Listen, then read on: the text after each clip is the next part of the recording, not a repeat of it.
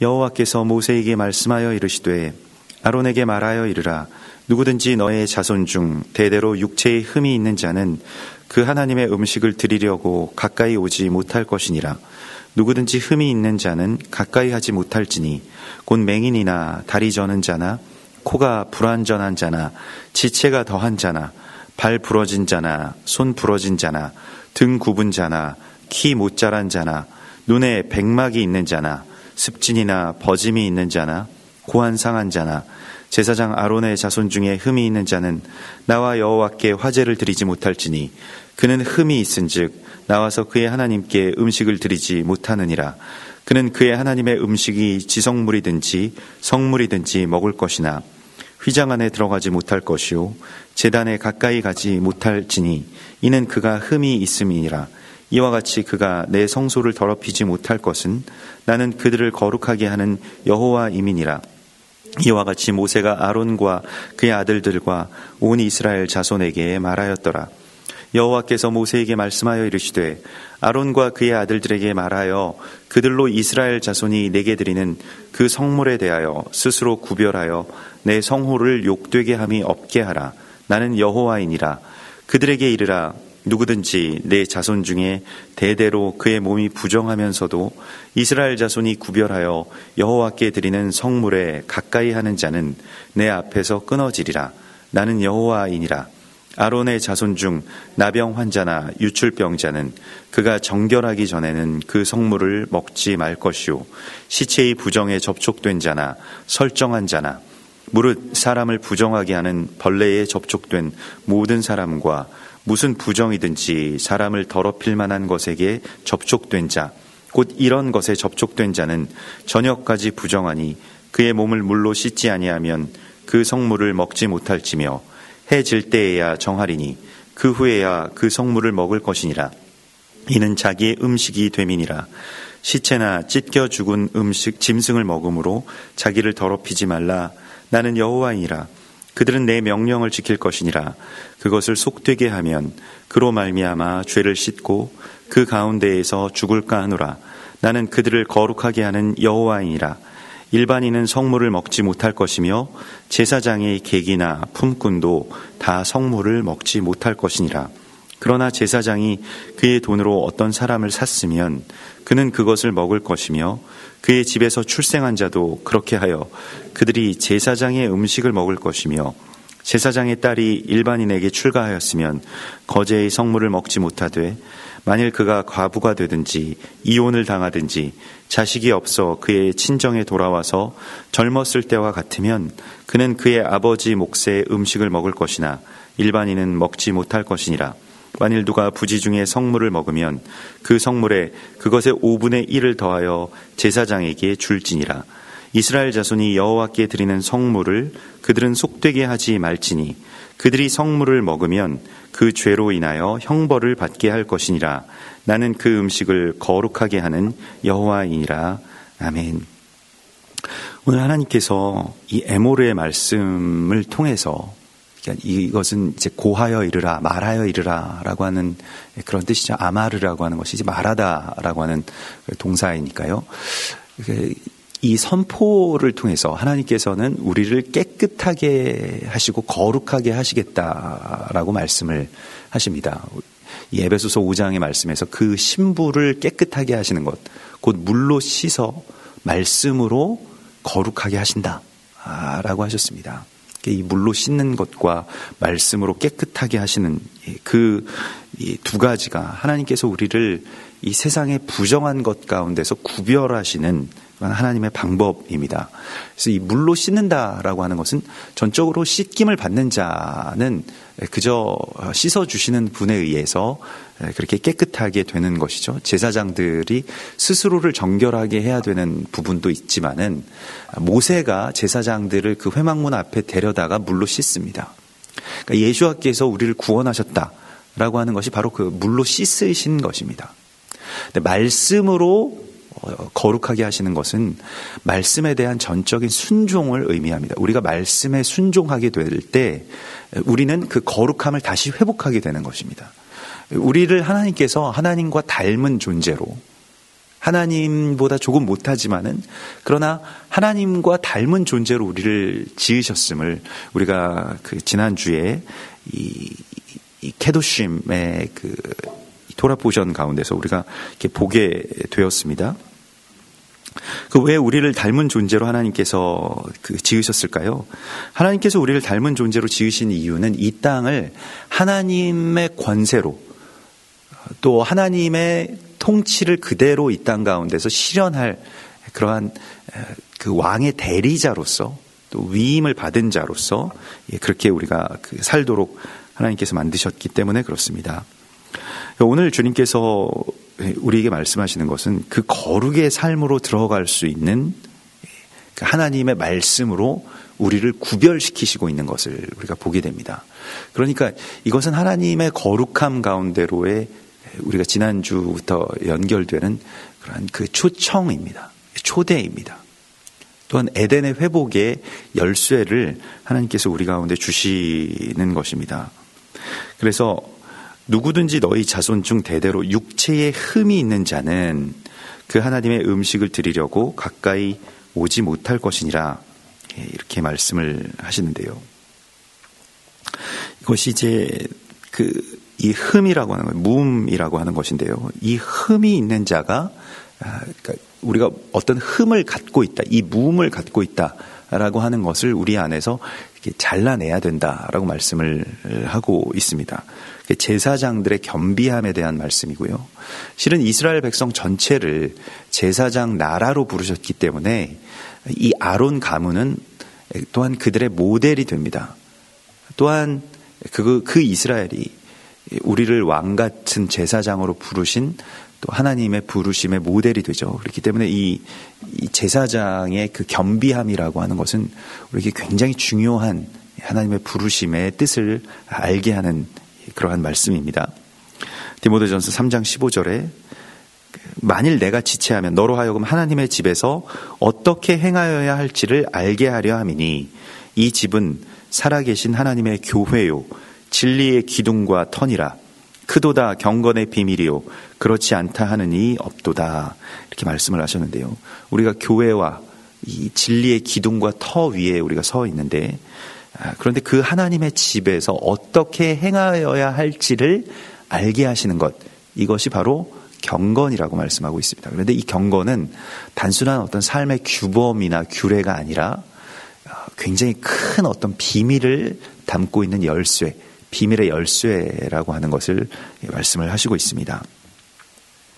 오늘 이 말씀 속에서, 오늘 토라 포션 속에서 제사장의 그 결함, 그러니까 이 무음 목록이 12가지가 나오게 됩니다.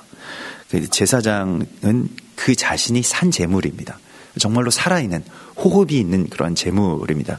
이 동물의 제사를 드리기도 하지만 온 백성들의 죄가 제사장에게 전가되어서 제사장이 직접 그 지성소에 들어가는 산 제물이 되어야 되는 존재입니다. 그렇기 때문에 굉장히 중요한 어떤 역할을 감당해야 됨을 말씀을 하시는데, 그러하기 때문에 그는 이 무음이 없는 자여야 된다라고 말씀을 하시고 있습니다.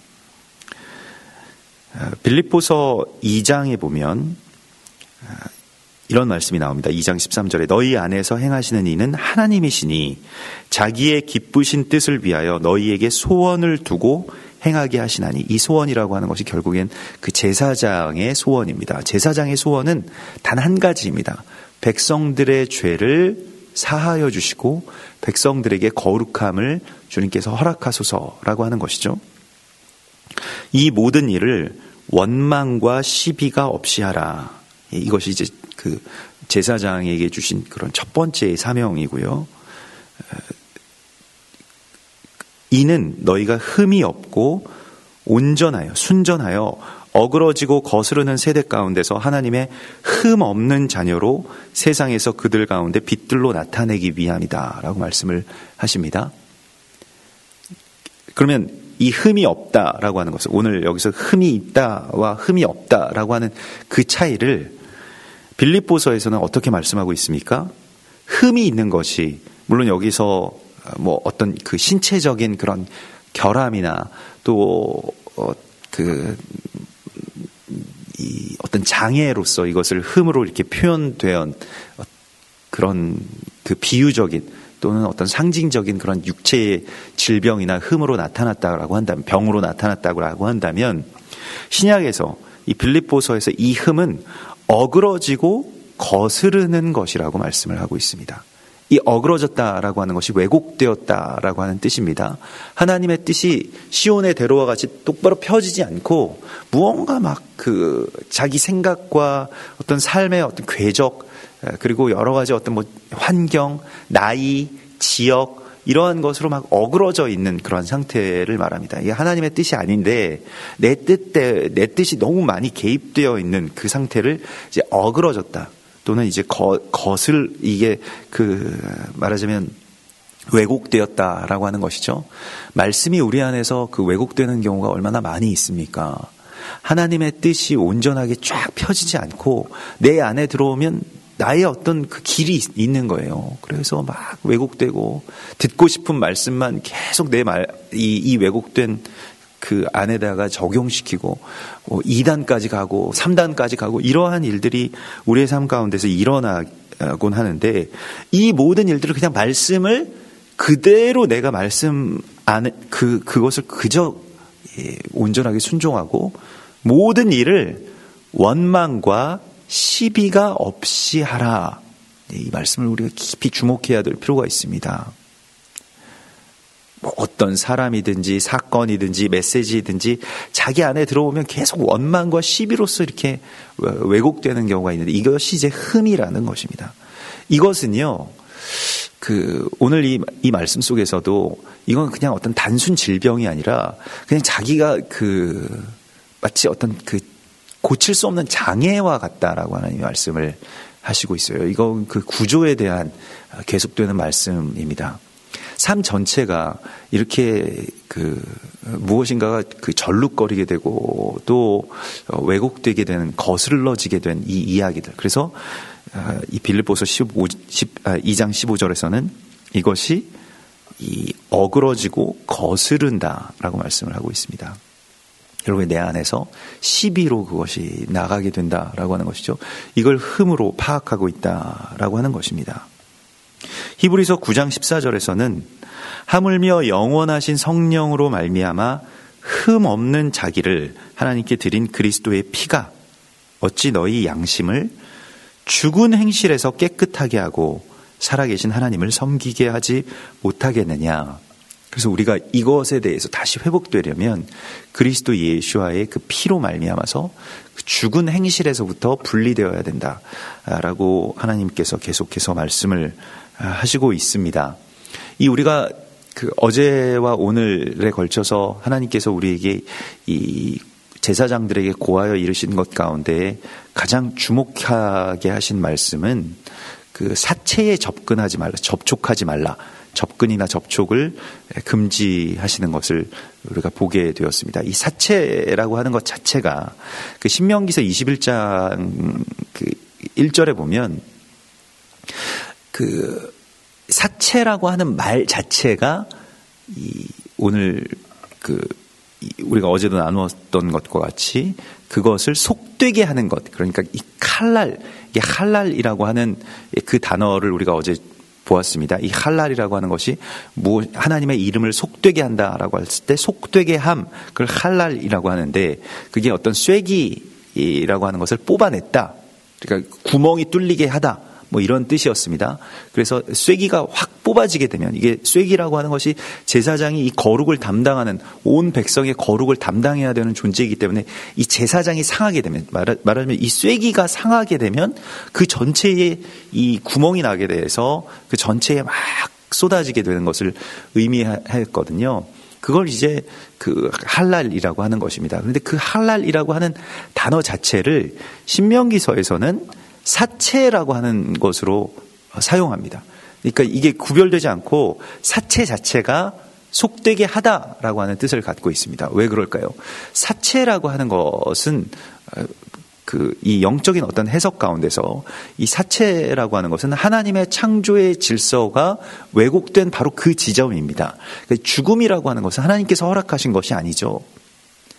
제사장이 회파되었을 때 아담과 하와라고 하는 이 동산의 제사장이 죄를 짓고 부정해졌을 때 어떻게 됩니까? 죽음이 그 쐐기가 뽑히면서 사망이 들어오게 된 것입니다.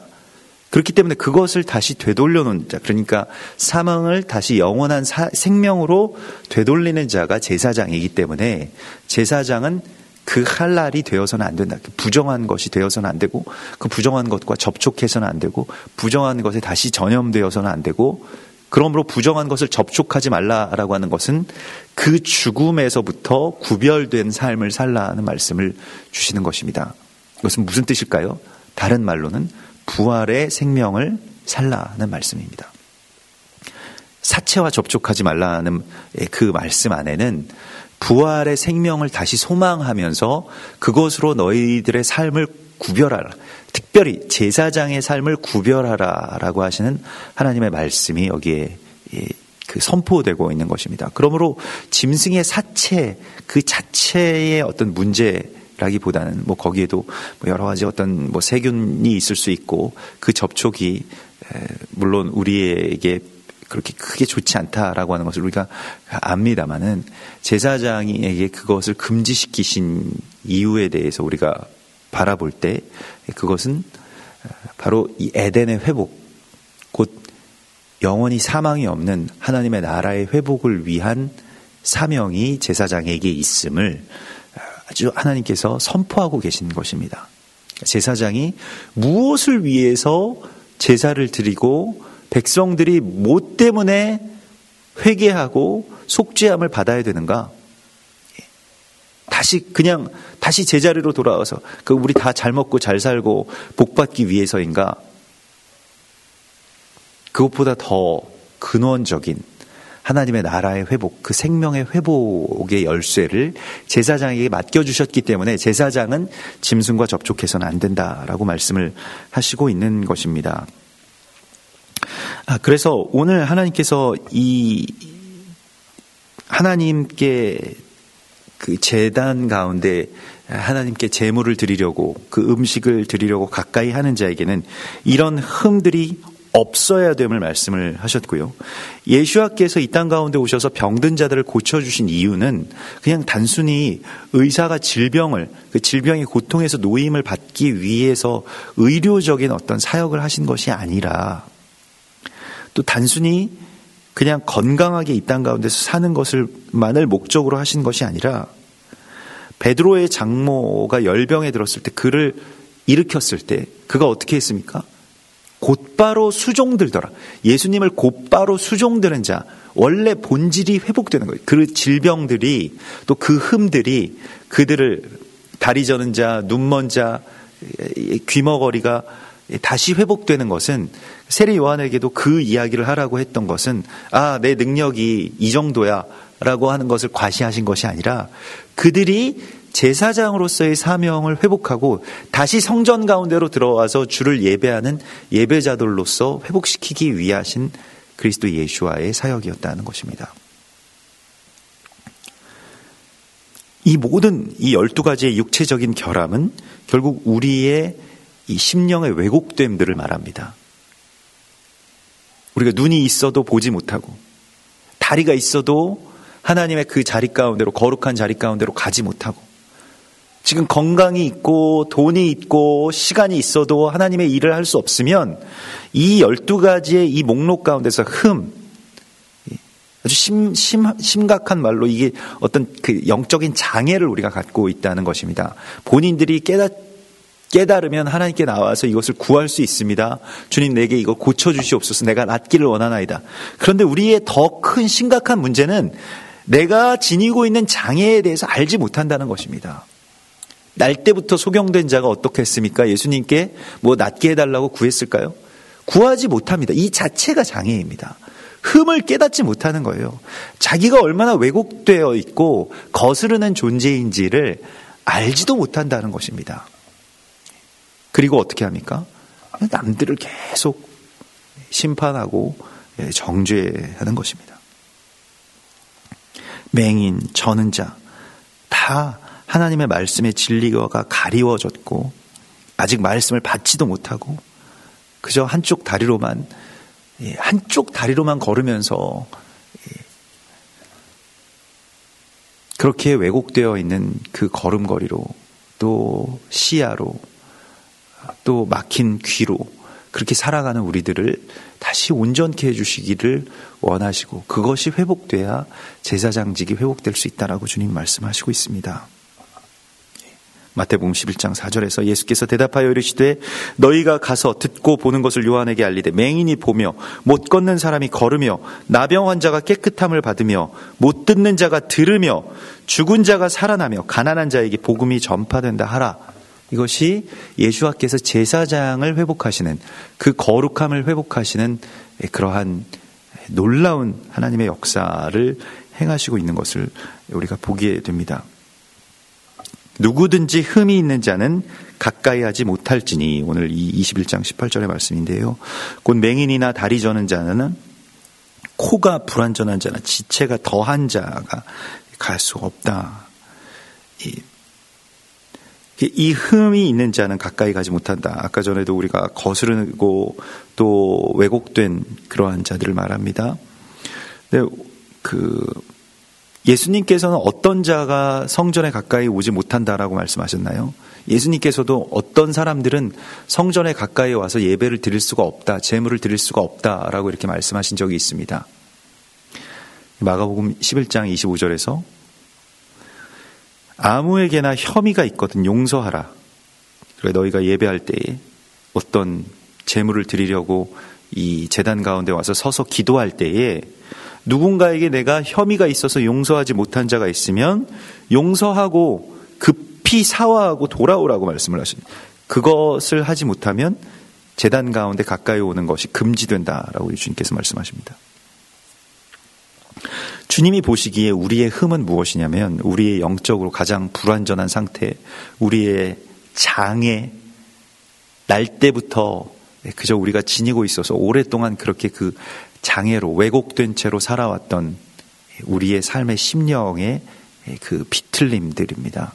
이것은 사람을 정죄하게 하고 용서하지 못하게 하는 그런 삶으로 우리를 데리고 가는데, 그러면 그 대상이 문제가 아니라 그 대상의 잘잘못을 차치하고서 우리 자신을 하나님의 제단 가운데서 흠 없는 제사장으로 나가지 못하게 합니다. 아니, 자기가 용서하지 못하는 사람이 있는데 어떻게 누굴 용서해 달라고 기도할 수 있겠어요? 그 자체가 흠이라는 것입니다. 우리가 제사장으로서, 중보자로서 어떤 것을 용서해 달라고, 나라의 죄를 용서해 주십시오, 이스라엘을 주님 다시 회복시켜 주십시오, 저 북한을 용서해 주십시오, 이렇게 기도하려면 내가 누굴 용서해야 그 왜곡된 것이 펴져야 그 기도, 다음 단계의 기도로 나갈 수가 있는데, 사단은 우리를 그 기도에, 그 권세의 그 선포로 나가지 못하게 하기 위해서 그 전의 단계에서 계속 머무르게 한다는 것입니다. 그래서 누구를 용서하지 못하는 것으로 계속 왜곡되게 해가지고, 미워하게 해가지고, 증오하게 해가지고 다음 단계로는 절대로 나갈 수 없게끔 꽉 막아놨다는 것이에요. 도저히 용서할 수 없는 어떤 증오들이 우리 안에 너무 많이 있습니다. 정치에 대해서 이야기하다 보면 증오심으로 모든 분들이 다 끌어오르고 있어요. 나라를 위해서 기도하신다는 분들도 누가 미워가지고 어떻게 막 치를 떠시는 그런 것들을 너무 많이 보게 됩니다. 묻고 싶은 것이 있는데, 만일 하나님께서 그러한 지도자를 세우신다면 순복할 수 있겠습니까? 그 안에 있는 그런 모든 우리의 어떤 그 분노는 일종의 질병입니다. 그냥 일종의 장애라고 할 수 있겠습니다. 이러한 자는 하나님께 가까이 와서 제사장으로서 기도할 수 없다라고 주님이 말씀하고 계신 거예요. 우리가 이것에서 노임을 받기를 하나님께 구하여야 됩니다. 먼저 이 흠부터, 내 흠부터, 내가 얼마나 왜곡됐는지를 좀 알게 해달라고 하는 것부터 하나님 앞에 와서 기도해야 됩니다. 용서할 수 없고 내 안에 그 누군가에 대한 혐의들이 다 지워지지 않은 상태에서 제사장직은 회복되지 못하는 것입니다. 사단이 원하는 것입니다. 사단은 우리가 제사장이 되어서 이 땅을 변화시키고 이 땅의 모든 그 죄인들을 온전하게 하나님께로 이끌어갈 수 없도록 제사장들을, 그 쐐기들을 오염시키고 있는 거예요. 왜곡시키는 거예요. 전부가 다 왜곡되는 것은 그 제사장과 백성들이 다 그렇게 연동되어 있는 것입니다.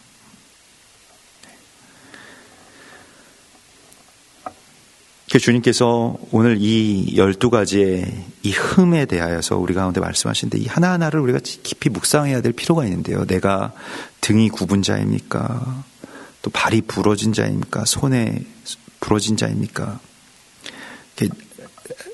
영적으로 내가 어떤 내 안에 있는 왜곡이 있는지, 뒤틀림이 있는지, 원망과 시비가 있는지를 보라고 또 보게 해달라고 주님 앞에 이렇게 구해야 됩니다. 그래서 잘 감찰을 해야 되는데요. 자기 기만 속에 살아오게 되면 날 때부터 소경된 자도 자기가 소경인 줄 모릅니다. 예수님께서 날 때부터 소경된 자를 어떻게 다루셨습니까? 눈에 진흙을 침으로 개어서 눈에다가 그 두 덩이를 붙여주셨습니다. 너는 소경이야. 이거부터 깨닫게 해주신 것입니다. 날 때부터 소경된 자는요, 대충 그냥 다 다닙니다. 자기가 볼 수 있는 그 선에서 보면서 자기의 어떤 삶의 그 경계 안에서 그냥 다, 그게 뭐 눈을 뜬다라고 하는 개념이 없기 때문에 눈을 뜨면 뭐가 좋은지도 모르는 게 날 때부터 소경입니다. 그렇기 때문에 예수님이 매일 앞에 지나가셔도 구하질 못하는 거예요. 돈이나 좀 한 푼 달라고 구하는 겁니다. 그게 우리들의 모습이라는 겁니다. 우리는 제사장직을 회복해야 됩니다. 그러니까 그것이 아주 근원적인 어떤 존재의 회복이 우리 가운데 있게 해달라고 구해야 됩니다. 그냥 섣불리 지금 내가 다 제사장이 되었다라고 이야기를 해버리면 치유의 그 기회마저도 사라지는 것이거든요. 주님 앞에 나아가서 우리가 구해야 될 것은 내 안에 왜곡된 것이 있어서 계속되는 원망과 시비가 내 안에서 올라오게 된다면 그것은 제사장의 사명 가운데로 나아가지 못하는 것입니다. 뭐 흔히 트러블 메이커라고 하죠. 원망과 시비를 끌어오르게 하는 그런 존재로서 사단이 우리를 전락시킨 것에 대해서 우리 안에 아주 심각한 성령님의 애통함이 우리 안에서 다시 우리를 회복시키셔야만 됩니다. 예수님 안에 제사장 앞으로 오는 자들에게는 자유함이 있는 거예요. 자유함에 대한 소망이 있는 거예요. 그것을 우리가 회복해야 될 사명이 있다라고 말씀을 하시고 그것이 제사장의 경건이라고 말씀을 하십니다. 물론 부정한 것과 접촉하지 않아야 될 것이고요. 또한 우리의 삶을 왜곡되게 하려고 하는 사단에게 죄로 말미암아서 틈을 내주지 말아야 되는 것은 우리가 지난주에 이 거룩함이라고 하는 이 케도심에 대해서 이렇게 받게 되었습니다. 이번 주에 이 말씀은 자기가 어찌할 수 없는 이 부정이라고 하는 것이 이 흠이라고 하는 것이거든요. 이걸 주님이 치유해 주십니다. 이거 그 제사장이 이제 제사장직에서 물러나야 되는 어떤 그런 이유들이지 않습니까? 이것이 치유된 것이 그리스도 예수께서 이 땅 가운데 오셔서 행하신 일입니다. 우리 가운데 오셔서 주님만 하실 수 있는 거예요. 이거는 본인이 노력해도 이건 안 됩니다. 우리 그것을 알아야 됩니다. 정말로 날 때부터 이런 장애를 입고 태어난 자는 주님만이 회복시켜 주실 수 있는 것이죠. 그것을 우리에게 보여주신 것이 바로 예수와의 사건이고 예수께서 치유해 주신 이야기입니다. 오늘 22장 그 2절에서도 보면 아론과 그의 아들들에게 말하여 그들로 이스라엘 자손이 내게 드리는 그 성물에 대하여 스스로 구별하여 내 성호를 욕되게 함이 없게 하라. 그러니까 제사장들은 성물을 맡은 자들입니다. 그래서 우리가 로마서에서도 보면 유대인들의 유익이 무엇이뇨? 그들은 말씀을 맡은 것이니라 이렇게 말씀을 하시거든요. 그러니까 그 거룩한 성물을 맡은 자들이고 백성들의 재물을 맡은 자들이기 때문에 그들이 그 성물에 대하여 스스로 구별하기를 원하십니다. 이게 여기서 욕되게 하지 말라는 말씀이 바로 칼날입니다. 하나님의 이름을 욕되게 하지 말라라고 하시는 것이죠. 고린도전서 3장 16절에서는 하나님께서 우리 모든 그리스도인들에게, 주의 성도들에게 너희는 너희가 하나님의 성전인 것과 하나님의 성령이 너희 안에 계시는 것을 알지 못하느냐. 누구든지 하나님의 성전을 더럽히면 하나님이 그 사람을 멸하시리라. 하나님의 성전은 거룩하니 너희도 그러하니라. 그래서 우리가 이 성물을 맡은 자들로서 그것을 구별하여서 온전하게 하고 또 깨끗하게 하라고 하시는 하나님의 말씀이 오늘 우리 가운데 계속해서 주어집니다. 다시 이제 반복돼서 말씀을 하시는 것이요. 이거 5절 6절의 말씀인데 부정하게 하는 어떤 벌레나 사람을 더럽힐 만한 것, 그러니까 시체나 사체나 더러운 것, 부정한 것에 접촉된 자는 저녁까지 부정하니 그의 몸을 물로 씻지 아니하면 그 성물을 먹지 못한다.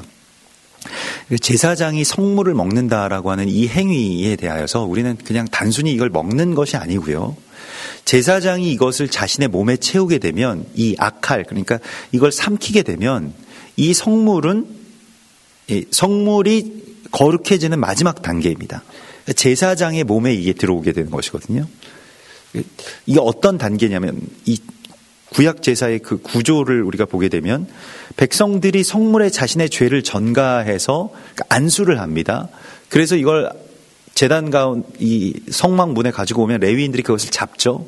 그래서 그 잡은 것에 피를 쏟고 그것을 태우고 나머지의 것을 제사장에게 먹습니다. 근데 그 먹은 제사장은 또 뭘 하나요? 지성소로 들어가게 됩니다. 성소의 직무를 제사장은 담당합니다.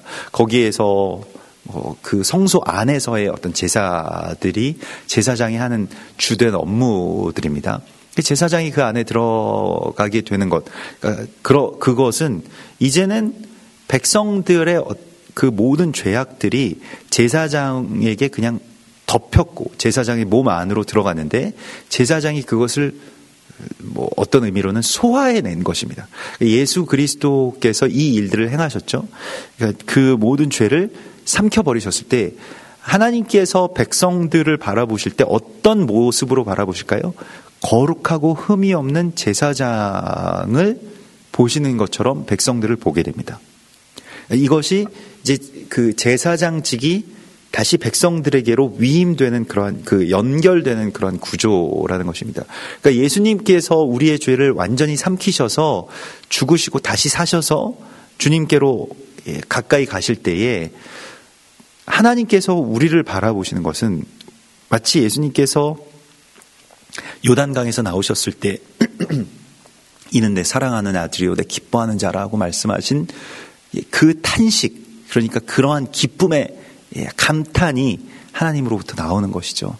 제사장이 그것을 삼켰기 때문에 그렇습니다. 그래서 이 접촉된다라고 하는 것이 이제 나아가라고 하는 것인데요. 나아가는 연합된다라고 하는 것을 의미합니다. 근데 물로 씻지 아니하면 이 마임이라고 하는 것은 이건 말씀을 뜻하는 토라를 뜻하는 것입니다. 그 성물을 먹을 수가 없다라고 이렇게 말씀을 하시죠. 흠이 없게 하시는 것, 물로 씻는 것은 말씀으로 깨끗하게 하시는 것입니다. 이게 에베소서 5장 26절의 말씀에 그대로 나와 있죠. 이러한 그 하나님의 말씀으로 우리 자신을 씻어서 부정함과 연합됨이 없도록 하라고 말씀을 하십니다.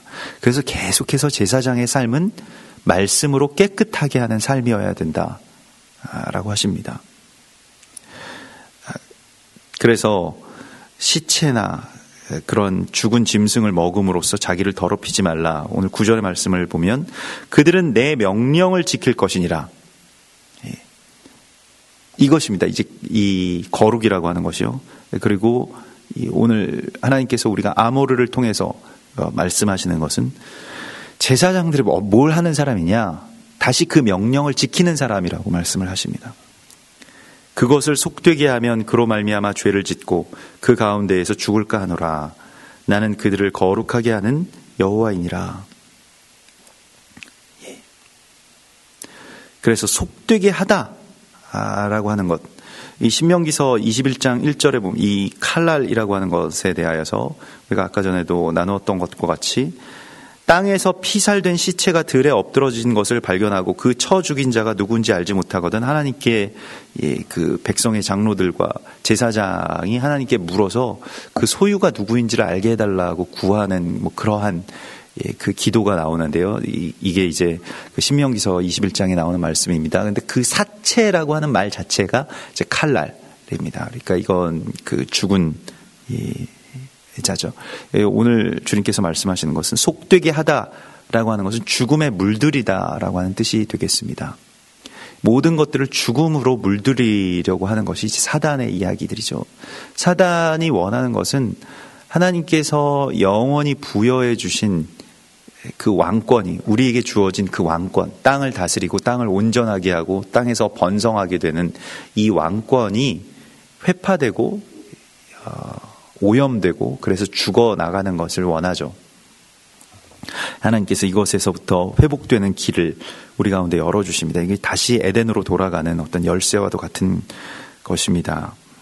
그래서 그들은 내 명령을 지킬 것이다. 이 명령을 지키는 것으로부터 다시 이제 회복되는 것입니다. 그래서 그들이 성물을 먹으면, 여기서 이제 성물을 누가 먹을 수 있느냐라고 하는 것에 대하여서 쭉 나오게 되는데, 제사장만이 이 성물을 먹을 수가 있습니다. 제사장이 삼키지 않고 다른 그저 일반인이 이것을 먹게 되면 이것은 그냥 그 부정해지는 것이죠. 그냥 어떤 음식으로서 전락해 버리게 되는 것이죠. 이건 그 성물이라고 하는 것은 그 안에 부여된 어떤 영적인 그 속성 또는 영적인 비밀들을 우리가 감당하는 것을 말합니다. 근데 그것을 그냥 먹는다라고 하는, 이게 육체의 어떤 욕망화 시킨다라고 하는 것인데요. 이제 그렇게 하나님의 나라와 거룩한 것과 말씀을 자기의 육체의 어떤 이 욕망의 대상으로 삼는 것, 이게 이제 마지막 단계에서 굉장히 중요한 어떤 미혹의 지점이 되는데요. 이것에 대해서 우리가 정말 잘 구별할 수 있어야 됩니다. 그것은 우리가 구별하는 것도 필요하겠습니다만 성령께서 이것을 구별하도록 만들어 주셔야 되는데요. 오늘 일반인은 그 안에서 그 성물, 그러니까 제단 가운데 바쳐진 음식을 먹지를 못하는데, 그러나 오늘 11절의 말씀을 보면 제사장이 그의 돈으로 어떤 사람을 샀으면, 이걸 역시 속량이라고 말을 합니다. 그는 그것을 먹을 것이며 그의 집에서 출생한 자도 그렇게 하여 그들이 제사장의 음식을 먹는다. 이게 뭐 다른 말로 표현하면 사람을 돈으로 산다라고 하는 것은 고대에 있어서는 이거 그 종이죠. 근데 제사장이 그를 돈으로 샀으면 그는 성물을 먹을 수 있다라고 말합니다. 그리고 굉장히 놀라운 말씀입니다. 제사장의 종이 성물을 먹을 수 있는 단계인가? 오히려 출가한 딸이 먹는 것이 좀 더 낫지 않을까, 우리는 그렇게 생각하는데, 오늘 성경의 말씀에서는 출가한 딸은 먹지 못하고 제사장이 돈으로 속량한 자, 값을 지불하고 누군가를 샀으면 그는 그 성물을 먹을 수 있는 자가 된다라고 말씀을 하십니다. 이것이 예수와께서 우리를 위해서 속량하신 이유입니다. 우리를 속량하셨다라고 하는 것은 사단이 자꾸 그 의미를 이렇게 윤색하고 축소하려고 하는데요. 그냥 우리가 죄에서 구원을 받았다라고 하는 정도의 의미가 아닌 것입니다. 우리에게 값으로 너희를 사신 바 되었으니, 이렇게 말씀하셨을 때 우리를 그렇게 사셨으면 우리가 어떤 존재입니까? 이 모든 성물을 삼킬 수 있는 자가 되었다는 거예요. 이게 제사장 됐다는 말입니다. 제사장이 자신이 이 일을 해온, 그래서 예수께서 제사장이 되셨기 때문에 우리를 속량하시고 우리가 이 성물을 먹을 수 있는 자가 되었다. 이게 보통 존재가 아닌 것입니다. 그래서 이스라엘 자손이 여호와께 드리는 성물을 그들은 속되게 하지 말지니, 어떻게 속되게 합니까? 제사장이 이걸 먹지 않거나 아니면 먹지 말아야 될 자가 이것을 먹거나 하면 이게 속되게 됩니다. 그래서 그들이 성물을 먹으면 그 죄로 인하여 형벌을 받게 할 것이니라. 나는 그 음식을 거룩하게 하는 여호와이니라. 그래서 이 음식을 먹는 것, 그 자체로 다시 이제 하나님께서 우리 가운데 말씀하시는데 내가 그 음식을 거룩하게 하는 여호와다라고 말씀을 하십니다. 창세기 2장으로 돌아가면 2장 16절에 여호와 하나님이 그 사람에게 명하여 이르시되 동산 각종 나무의 열매는 네가 임의로 먹되, 이 임의로 먹되라고 하는 말이 이 아칼입니다. 우리가 아까 전에 아칼이라고 하는 것이 먹는다, 삼키다라고 하는 단어라고 하는 것을 보았습니다. 그런데 이 먹는다, 삼키다라고 하는 말에는 이미 임의라고 하는 것이 포함이 되어 있어요. 내가 뭘 먹을 때는 그게 다 내 자유입니다. 그래서 이 아칼이라고 하는 말은 다른 말로는 내 뜻대로 하다, 그냥 자유라고 하는 뜻입니다. 근데 그래서 임의로 먹되, 아칼 이렇게 되어 있는데요. 이 선악을 알게 하는 나무 열매는 먹지 말라. 네가 먹는 날에는 반드시 죽으리라. 이 선악을 아는 나무 열매를 먹지 않는 것, 그러니까 내가 모든 아칼, 그러니까 모든 임의가 딱 멈춰질 수 있는 그 지점, 그걸 하나님께서 정해놓으신 그 지점에서 내가 멈출 수 있다, 이걸 보는 것입니다. 그러니까 선악을 알게 하는 나무 열매가 어떤 역할을 했다. 그게 무슨 무화과 나무라는 말도 있고 포도나무라는, 포도 열매라고 하는 뭐 설도 있습니다만, 그 자체가 부정하거나 정하거나 한 것이 아니라 그 자체를 넘어서는 의미는 무엇입니까? 먹지 말라라고 했을 때 내 임의가 중단되는 그 순간, 내 임의, 그러니까 나의 자아의 뜻이 그 앞에서 멈춰 설 수 있는 그것을 하나님께서 우리 가운데 요구하고 계신 것입니다. 순복이죠. 주님의 말씀에 내가 멈춰 설 수 있는가? 특별히 이 먹는다라고 하는 것은 욕망의 가장 그 출발점이 되는 것입니다. 그래서 이 욕망에 대한 결정권을 하나님께 드릴 수 있느냐라고 하는 것을 하나님께서 다시 이 회복의 열쇠로 우리 가운데 말씀을 하시고 있는 것입니다. 먹지 못하는 것도 그렇고요. 먹는 것도 그렇고요. 하나님께 이것이 주권을 드리는 그 순간에 어떻게 될까요? 삶에서 놀라운 일들이 일어나게 되는 것이죠. 내가 나의 어떤 욕망의 근원이라고 할 수 있는 이 먹는다라고 하는 이 단계의 이야기들을 하나님께 주권으로서 올려드렸을 때 그 반대의 이야기도 우리가 그 욥바로 부름을 받았던 베드로의 이야기 속에서 보게 됩니다. 저는 이 부정한 것들 못 먹겠습니다. 하나님이 먹으라고 하셔도 우리 전통에 의하면 이걸 먹지 못하게 되어 있고, 뭐 하나님이 예전에도 말씀하신 것이기 때문에 또 주여 그럴 수 없나이다 이렇게 말하죠. 속되고 깨끗하지 아니한 것을 내가 결코 먹지 아니하였나이다. 주님이 먹으라고 하시는데도 이제는 먹지 않겠다고 또 이야기를 합니다. 그때 하나님께서 이렇게 말씀하시죠. 하나님께서 깨끗하게 하신 것을 네가 속되다 하지 말라. 오늘 이 레위기 22장 16절의 말씀입니다. 내가 그 음식을 거룩하게 하는 여호와이니라. 그러므로 하나님이 거룩하게 하신 것만 우리가 먹는 거예요. 어디에 어떻게 정해졌다, 레위기 11장에 그렇게 먹지 말라고 나왔다, 그거 다 먹으라고 하나님께 그걸 보여주시면서 베드로에게 이거 먹으라고 말씀하셨습니다. 베드로가 이것을, 그래서 이방인들과 같이 식사하는 것 자체를 유대인들 앞에서 드러내기를 꺼려하고 그걸 비밀로 붙이고 한 것에 대하여서 사도 바울이 막 항의를 하죠. 유대인들은 이 부정한 것과 접촉되기 싫어서 이방인들과 아예 식사 자체를 하지 않았습니다. 식사를 하지 않았기 때문에 고린도 교회에서 어떤 일들이 일어났냐면 유대인들과 이방인들이 따로 떨어져서 음식을 먹기도 하고요. 교회 전체가 다 분열되는 어떤 그러한 조짐들이 있었습니다. 어떻게 했을까요? 유대인 공동체의 교회의 그 일원들이 결단한 겁니다. 같이 먹자, 이렇게 된 겁니다. 우리로서는 뭐 그게 당연하다라고 생각이 됩니다만, 지금 우리의 어떤 문화나 우리의 생각으로서는, 근데 그 당시의 사람들은 정말 죽는 것과 같은 일들을 한 겁니다. 지금도 유대인 공동체, 뭐 유대인 공동체마다 좀 다르겠습니다만, 지금도 유대인 공동체에 가면 같이 잘 식사하지 않습니다. 식사 시간은 피해서 따로따로 떨어져서 먹거나, 뭐 그렇게 하고 또 다시 만나서 예배드리거나 하더라도 하나님께서 함께 떡을 떼고 이 만찬을 나누고 이 성찬을 나누고 하는 것을 이 예식화하지 않고 이 초대교회에서는 그냥 그 자체가 예배였기 때문에 같이 식사를 하지 않는다는 것은 같이 예배를 드리지 않는다는 것을 말하거든요. 근데 이걸 하나님께서 회복하신 것이죠. 다윗의 장막의 회복도 바로 이것입니다. 다윗의 장막에도 많은 이방인들이 있었습니다. 이제 기록을 보면 알게 되는데요. 그 이방인들이 함께 아무 휘장이 없는, 아무 막이 없는, 막힌 담이 없는 그 상태에서 같이 예배했죠. 이게 뭔가를 먹는다라고 하는 것은 자신의 욕망이나 또 자신의 안에 있는 모두 왜곡된 것들을 걷어내는 그러한 작업입니다. 근데 그 결정권이 하나님께 있음을 드린 자가 바로 제사장인 것입니다.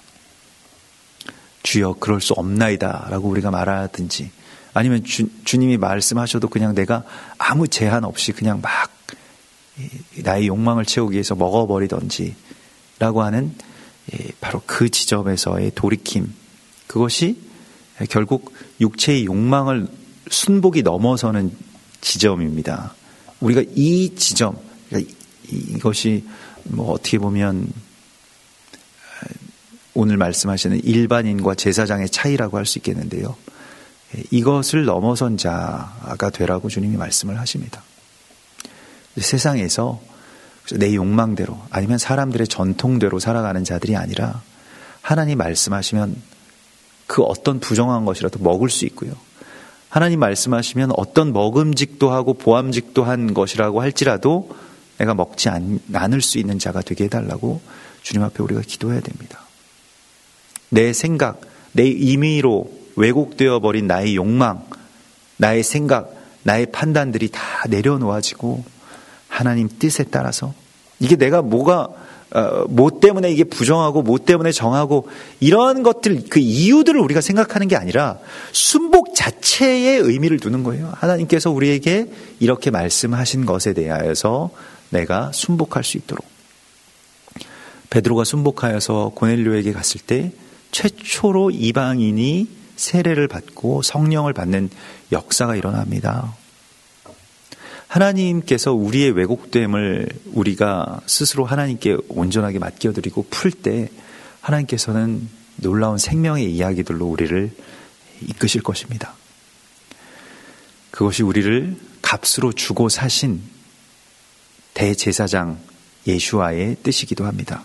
같이 기도하겠습니다. 우리 오늘 주님 바라보시면서 특별히 우리가 제사장으로서 온전하게 서게 해달라고 주님께 기도할 때 내 안에 모든 왜곡된 생각들이 있다면 그것이 때로는 내가 의라고 생각하고 때로는 그것이 나의 삶 가운데서 마땅하다고 항변하였던 그 모든 것이라 할지라도 주님 안에서 다시 그것이 온전하게 되기를 원한다고 우리 이렇게 고백하고 또 제사장으로서의 기도가 내 안에서 회복될 수 있게 해달라고 우리 그렇게 구하시면서 우리 시간 주님 앞에 말씀 붙들면서 같이 기도하고 또 특별히 오늘 대선이 있습니다. 우리 나라를 위해서 우리가 정말로 제사장으로서 같이 기도하십시다. 할렐루야 주여 할렐루야 할렐루야 주여 레코아바스 코아바스 코아바스 코아바스 코아바스 코아바스 아버지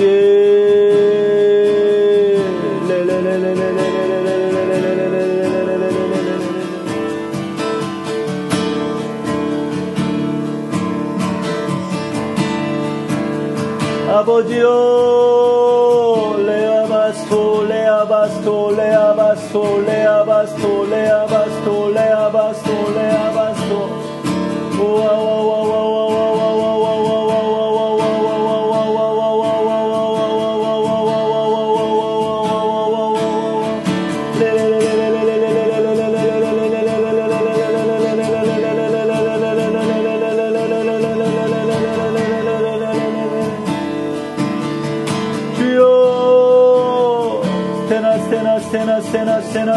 세나 주님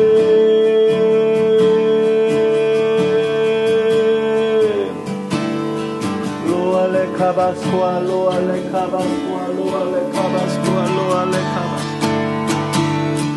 로알레 카바스코아 로알레 카바스코아 로알레 레레레레레레레레레레레레 와와와와와와와와 로알레 카바스코아 로알레 카바스코아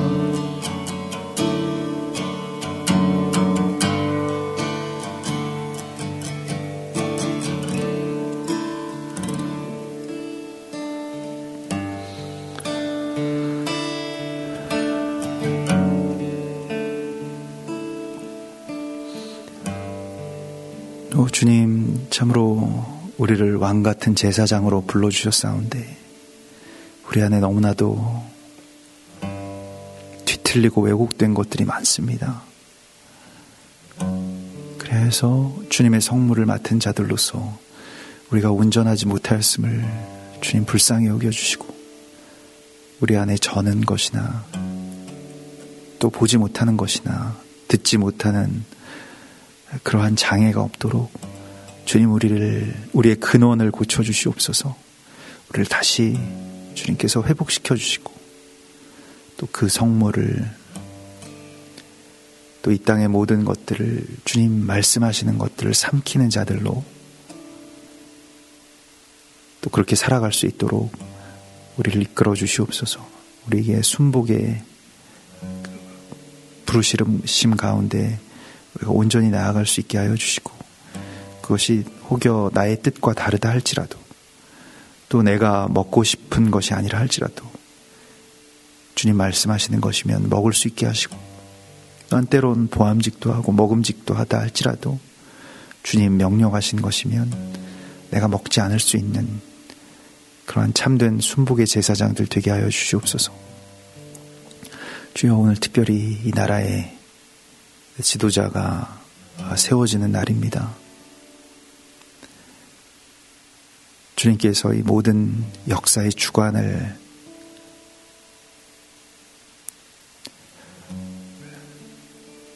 허락하여 주시고 또 위임하여 주실 것을 믿습니다.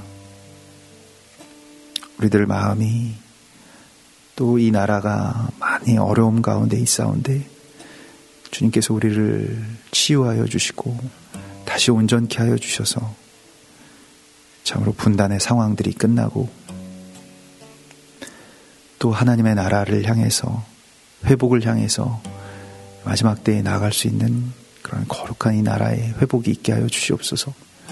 주님을 기대하고 또 주님을 신뢰하며 잠잠히 기다리오니 주님 역사하여 주시옵소서. 다시 오실 예수와 메시아의 이름으로 감사하며 기도드리옵나이다. 아멘. 하늘에 계신 우리 아버지시여, 이름이 거룩히 여김을 받으시오며 나라의 임하옵시며 뜻이 하늘에서 이룬 것 같이 땅에서도 이루어지이다. 오늘날 우리에게 일용할 양식을 주옵시고 우리가 우리에게 죄 지은 자를 사하여 준 것 같이 우리 죄를 사하여 주옵시고 우리를 시험에 들게 하지 마옵시고 다만 악에서 구하옵소서. 나라와 권세와 영광이 아버지께 영원히 있사옵나이다. 아멘.